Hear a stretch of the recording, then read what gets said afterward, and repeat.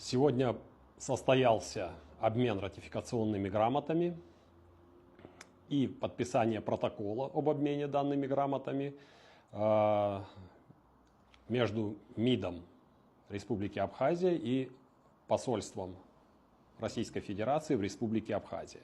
Согласно этому вступило в силу соглашение о двойном гражданстве, в котором в соответствии со статьей 2 российская сторона предоставляет лицам, состоящим в гражданстве Республики Абхазия, достигшим 18 лет, право обратиться в установленном порядке за получением гражданства Российской Федерации. Перечень документов, которые необходимы для приобретения гражданства Российской Федерации, будут установлены в соответствии с указом президента Российской Федерации.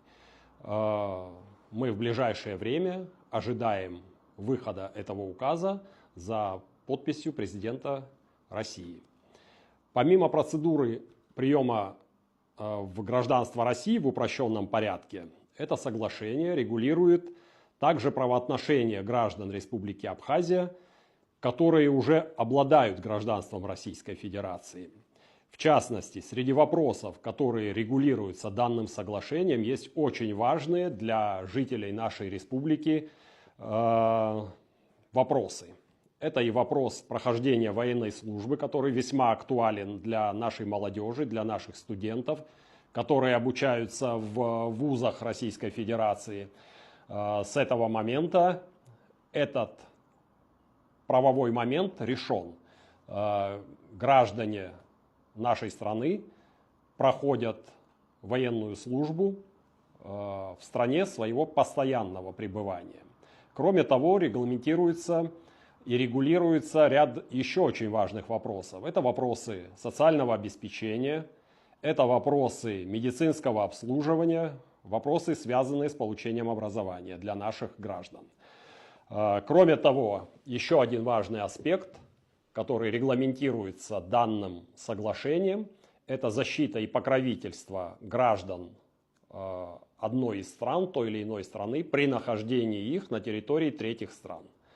Это также важно для нас, поскольку граждане Республики Абхазия могут пользоваться защитой и покровительством консульских и дипломатических учреждений Российской Федерации, когда они находятся на территории той или иной иностранной страны.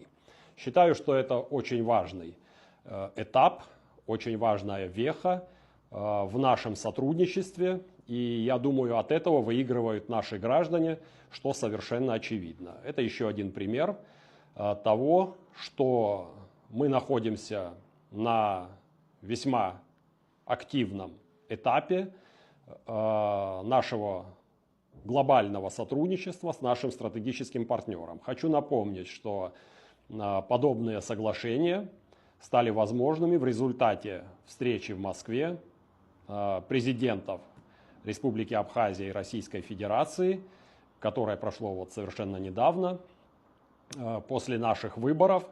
Как известно, президент Бадра Гумба и президент Владимир Путин встретились в Кремле и обсудили ряд весьма актуальных для жизни нашей страны и вопросов двустороннего сотрудничества моментов.